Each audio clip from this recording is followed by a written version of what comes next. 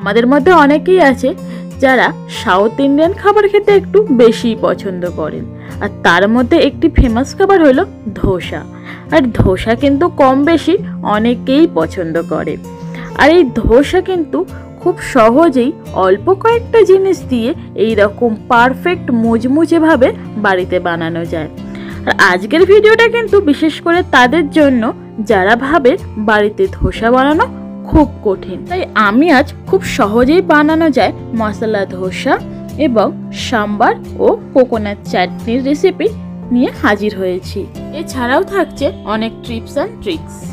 তাহলে দেরি কেন, এই শীতের মরশুমে বাড়িতে নিজের পছন্দের মানুষদের জন্য বানিয়ে ফেলো এই সহজ পদ্ধতিতে ধোসা, সাম্বার ও নারকেলের চাটনি। তাহলে স্কিপ না করে পুরো ভিডিওটা দেখতে থাকো। আর এই একটা ভিডিওর মধ্যে কিন্তু 3টে রেসিপি আছে। আর আজকের ভিডিওটা যদি তোমাদের ভালো লাগে তাহলে অবশ্যই লাইক, কমেন্ট, শেয়ার করে দিও। আর সাবস্ক্রাইব করতে কিন্তু ভুলো না। সাবস্ক্রাইব করে পাশে থাকা বেল আইকনটা ক্লিক করে দাও, যাতে পরবর্তী নতুন নতুন ভিডিও সবার আগে তোমাদের কাছে পৌঁছে যায়। Hi friends, welcome to Rima's blog and kitchen channel. আশা করি তোমরা সবাই ভালো আছো। হ্যাঁ, আমিও ভালো আছি। তাহলে চলো দেরি না করে আমরা চটপট বানিয়ে ফেলি খুব সহজ সরলভাবে ধোসা। ধোসা বানানোর জন্য প্রথম যে জিনিসটা লাগবে সেটা হচ্ছে সিদ্ধ চাল, অড়হর ডাল আর একটু ছোলার ডাল। সিদ্ধ চাল যদি 4 কাপ নেওয়া হয়, অড়হর ডাল নেওয়া হবে 2 কাপ, আর ছোলার ডাল 1 কাপ বা 1 কাপের থেকে একটু কম। আর কোকোনাট চাটনির জন্য লাগছে তো নারকেল, আর নারকেলটা আমি এই রকম ভাবে টুকরো টুকরো করে কেটে নিয়েছি। এটাকে কুড়ে নিলেও হয়, তবে আমি মিক্সিতে গ্রাইন্ড করে নেব। আর সাউথ ইন্ডিয়ান ডিশ মানে কারি পাতা তো লাগছেই, তাই কারি পাতা ভালোভাবে ধুয়ে রেখে দিয়েছি। আমি প্রথমেই ভেজানো চাল আর ডালগুলো মিক্সিতে গ্রাইন্ড করে নিয়েছিলাম। খুব ভালো হয় যদি এই ব্যাটারটা 7 থেকে 8 ঘন্টা রেস্টে রাখা যায়। আর আমরা তো বাঙালি, আমাদের হঠাৎই খাবার খাওয়ার ক্রেভিং জাগে নানা রকম, তখন আর 7-8 ঘন্টা টাইম থাকে না। তাই আমি বাড়িতে 1 থেকে 1.5 ঘন্টার মতনই রেস্টে রেখেছিলাম। ওটা রেস্টে থাকা অবস্থায় আমি ততক্ষণে সাম্বার করে নিয়েছি। সাম্বারের জন্য নানা রকমের সবজি লাগবে, যে কোনো সবজিই দিতে পারো। আমি দিয়েছি গাজর, ফুলকপি, পেঁপে, ক্যাপসিকাম আর টমেটো। আর সাম্বারের সবজি ছাড়াও ডালটা তো লাগছেই। এখানেও ছোলার ডাল, অড়হর ডাল এইসব ডালই দিতে পারো, কিন্তু বাড়িতে যদি ততক্ষণে না থাকে তখন কিন্তু ছোলার ডালেও কাজ চলে যায়। আর সাম্বারের ফোড়নের জন্য লাগছে রাই, রাইয়ের বদলে কালো সর্ষে, মেথি, শুকনো লঙ্কা, হিং আর কারি পাতা তো লাগছেই। তাহলে চলো প্রথমে ডালটা সিদ্ধ করতে বসিয়ে দিই। ডালটা মোটামুটি 3-4 বার ভালোভাবে ধুয়ে তার মধ্যে পরিমাণ মতো জল দিয়ে, স্বাদ মতো লবণ, একটু শুকনো লঙ্কা গুঁড়ো আর একটু তেল দিয়ে সিদ্ধ করতে বসিয়ে দিতে হবে। ডাল যদি কয়েক ঘন্টা ভেজানো থাকে তাহলে বেশি সিটি দেওয়ার দরকার নেই। আর যদি সঙ্গে সঙ্গে সিটি করতে হয় তাহলে 2-3টে সিটি তো অবশ্যই দিতে হবে। এবার তাহলে চলো সাম্বারের জন্য ভেজিটেবলগুলো ভেজে নেই। এখানে তোমাদের বলে রাখি, সাম্বার ডাল কিন্তু 2 রকম ভাবে হয়। সবজিগুলো ডালের সাথে প্রেসার কুকারে সিটি দেওয়া যায়। এছাড়াও সবজির সাথে কড়ার মধ্যেই সিদ্ধ করা ডাল দিয়ে সাম্বার হয়। আমি এখানে এই ফোড়নের মশলাগুলো দিয়ে সবজি প্রথমে ভেজে নেব, তারপরে এই সবজিগুলো ডালের সাথে দিয়ে প্রেসার কুকারে সিটি মেরে দেব। তো দেখতেই পেলে কড়াতে প্রথমে তেল দিয়ে তেলটা গরম হয়ে যাওয়ার পর যে ফোড়নের মশলাগুলো ছিল, সর্ষে, মেথি, শুকনো লঙ্কা আর কারি পাতা দিয়ে দিলাম। তারপরে হালকা ভাজার পরে হিং দিয়ে দিলাম। তারপরেই কিন্তু আমি সমস্ত সবজি দিয়ে দিলাম, শুধু দিইনি টমেটো আর ক্যাপসিকাম। সবজিগুলো হালকা নরম হয়ে যাওয়ার পরেই কিন্তু আমি টমেটো আর ক্যাপসিকামটা দিয়ে দিলাম। সবজিগুলো একটু ভাজা হয়ে যাওয়ার পর আমি দিয়ে দিলাম স্বাদ মতো লবণ, ঝালের জন্য কাঁচা লঙ্কা, একটু শুকনো লঙ্কা গুঁড়ো, একটু হলুদ গুঁড়ো আর স্বাদ মতো চিনি আর 1 চামচ সাম্বার মশলা। এই সাম্বার মশলা কিন্তু বাড়িতেও বানিয়ে নেওয়া যায়, আবার দোকান থেকেও কিনতে পারো।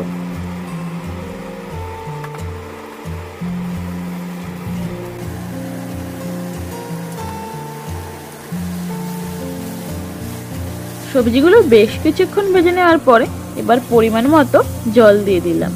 এখানে সাম্বারের ডালটা কতটুকু করবে সেই অনুযায়ী কিন্তু জলটা দিতে হবে। এরপর দিয়ে দিলাম তেঁতুল জল। একটা বাটিতে তেঁতুলকে বেশ কিছুক্ষণ ভিজিয়ে রেখেছিলাম। সবজিতে জল দিয়ে দেওয়ার পরে এই তেঁতুল জলটা দিয়ে দিতে হবে। আর বলে রাখি, এই সাম্বারের মধ্যে কিন্তু তেঁতুল জলটা মাস্ট লাগবেই। তেঁতুল জল ছাড়া কিন্তু এই সাম্বার অসম্পূর্ণ। এই সাম্বারের টেস্ট ঠিকঠাক ব্যালেন্স করে এই তেঁতুল জল। এবার সবজিগুলো যাতে ভালোভাবে সিদ্ধ হয়ে যায়, তাই আমি আবারও প্রেসার কুকারের মধ্যে সব সবজিগুলো দিয়ে এবার আরও 2-3টে সিটি দিয়ে দেব। তাহলে রেডি হয়ে যাবে সাম্বার ডাল।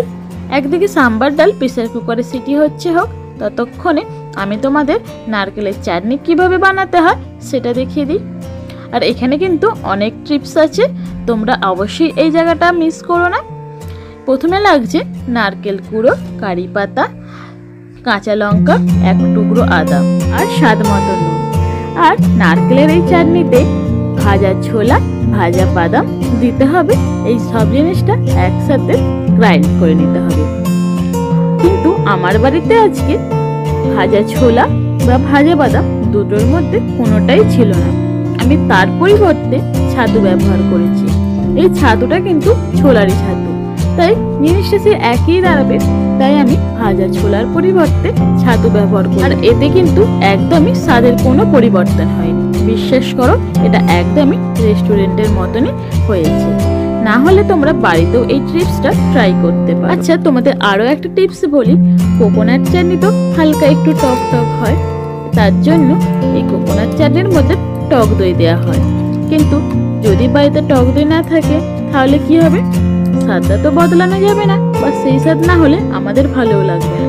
তার জন্যও কিন্তু তোমরা এখানে তেঁতুল জল ব্যবহার করতে পারো। তবে তেঁতুল জল দিলে নারকেলের চাটনি যে একদম ফ্রেশ সাদা থাকে, সেই সাদা ভাবটা হয়তো একটু থাকবে না, সেটা হালকা লালচে ভাব চলে আসবে। তবে স্বাদ কিন্তু একই থাকবে। এই রকম ভাবে তোমরা বাড়িতে খুব সহজেই নারকেলের চাটনি বানিয়ে নিতে পারো। আর আমি আজ নিজেই এই নারকেলের চাটনির মধ্যে তেঁতুল জল দিয়েছি, আর টেস্টটা কিন্তু একদমই একই ছিল।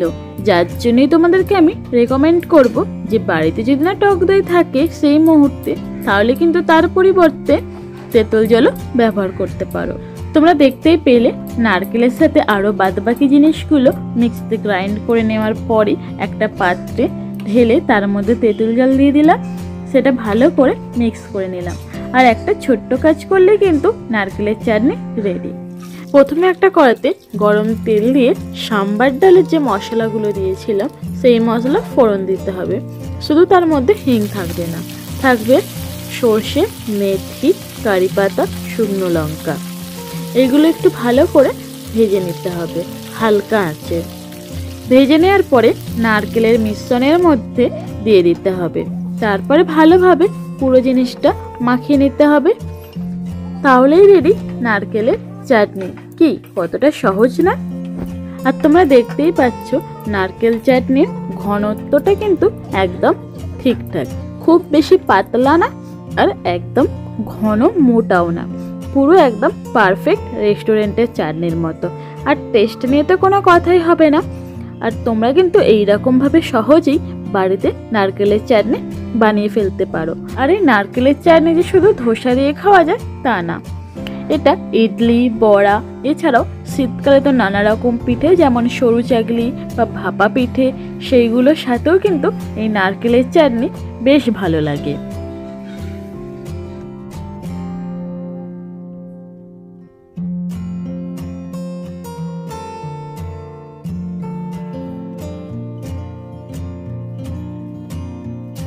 এই দেখো, এইদিকে নারকেলের চাটনি যেমন রেডি হয়ে গেছে, আর একদিকে যে সাম্বার ডাল বসিয়েছিলাম সেটাও কিন্তু রেডি হয়ে গেছে।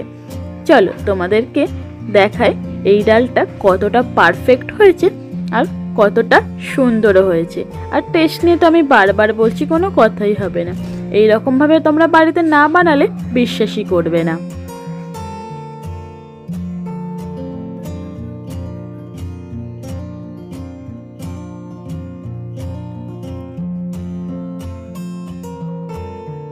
কি একদম দোকানের মতো সাম্বার ডাল লাগছে না? তাহলে আর দেরি কেন, এই শীতের মশরুমে বাড়িতেই একবার বানিয়ে নেওয়া যাক। আর এর ঘনত্বটা দেখছো কতটুকু সুন্দর হয়েছে। যদিও দোকানে আমরা এর থেকে অনেক পাতলা সাম্বার ডাল খাই, তবে তোমরা চাইলে আরও একটু পাতলাও করে নিতে পারো। এবার চলো আমরা এবার মশলা আলুটা রেডি করে নিই। তোমরা তো জানো মশলা ধোসার মধ্যে এই মশলা আলুটা বেশি ভালো লাগে, যার জন্য প্রথমে আমি আলুকে সিদ্ধ করে নিয়ে এইরকম ম্যাশ করে নিলাম। এবার আলুটাও একটু মশলাদার বানিয়ে নেওয়া যাক। প্রথমে একটা কড়াতে তেল দিয়ে তার মধ্যে এই ফোড়নগুলো দিয়ে দিতে হবে। লাগছে কারি পাতা, সর্ষে, অরহর ডাল, একটু মেথি, হলুদ, কাঁচা লঙ্কা আর একটু গ্রেট করা আদা। এই জিনিসগুলো ভালোভাবে ভেজে নিতে হবে লো টু মিডিয়াম আঁচে। আর এখানে কিন্তু চাইলে বাদামও অ্যাড করতে পারো। এগুলো একটু ভালোভাবে ভেজে নেওয়ার পরে দিয়ে দিতে হবে ম্যাশ করে রাখা আলু। এই আলু আর এই মশলাগুলো কিন্তু ভালোভাবে মাখিয়ে নিতে হবে। আর হ্যাঁ, স্বাদ মতো লবণ দিতে কিন্তু একদমই ভুলো না। লবণের সাথে আলুটা ভালোভাবে মিশিয়ে নিলেই কিন্তু রেডি মশলা আলু। এবার তাহলে ধোসা বানানোই যায়। সমস্ত কিছু তো রেডি হয়ে গেছে।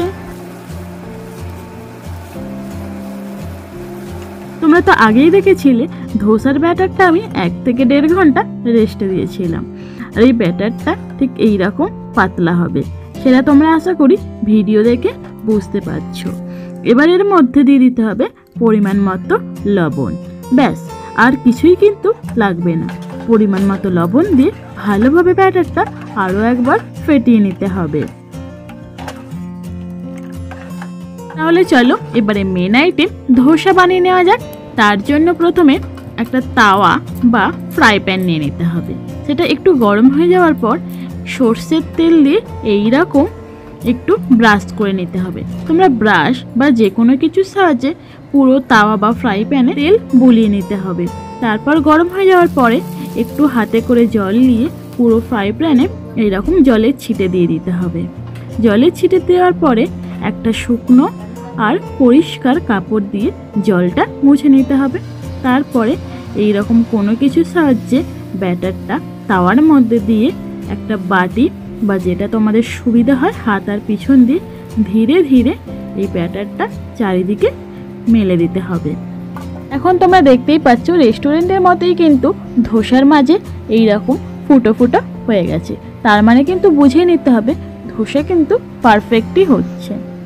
এবার একটু গরম হয়ে যাওয়ার পরে ওপর দিয়ে তেল বা বাটার যেটা ভালো হয়, তোমাদের যেটা সুবিধা হয় সেইটা এইরকমভাবে দিয়ে দিতে হবে, যাতে একটু ধোসার বেসটা মুচমুচে হয়। এরপরে আমাদের যে রেডি করে রাখা মশলা আলুটা করা ছিল সেটা দিয়ে দিতে হবে। এরপর আর কি, এবার আস্তে আস্তে এইরকম রোল বা যে কোনো শেপ দিয়ে দিতে পারো। আর তোমরা দেখতেই পাচ্ছ ধোসা কিন্তু একদমই মুচমুচে হয়েছে, পুরো পারফেক্ট রেস্টুরেন্টের মতো। তোমাদের যাতে বুঝতে অসুবিধা না হয় আমি তার জন্য আরও 2-3 বার প্রসেসটা দেখাচ্ছি।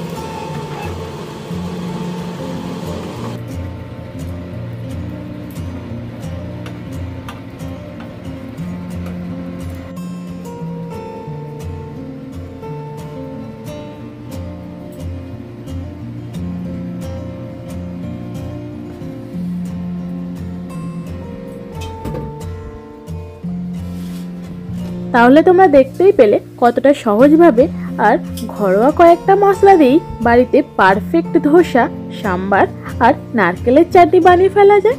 তাহলে আর দেরি কেন, বাড়িতে এইরকমভাবে ধোসা বানিয়ে ফেলো আর অবশ্যই আমাকে কমেন্ট করে জানাও। আর আজকের ভিডিওটা যদি তোমাদের ভালো লাগে তাহলে লাইক আর শেয়ার করে দাও, আর সাবস্ক্রাইব করতে কিন্তু ভুলো না। সাবস্ক্রাইব করে পাশে থাকা বেল আইকনটা ক্লিক করে দাও, যাতে পরবর্তী নতুন নতুন ভিডিও সবার আগে তোমাদের কাছে পৌঁছে যায়। আজকে এই পর্যন্তই, দেখা হচ্ছে নেক্সট ব্লগে। ততক্ষণ ভালো থাকো, সুস্থ থাকো, টাটা, বাই বাই।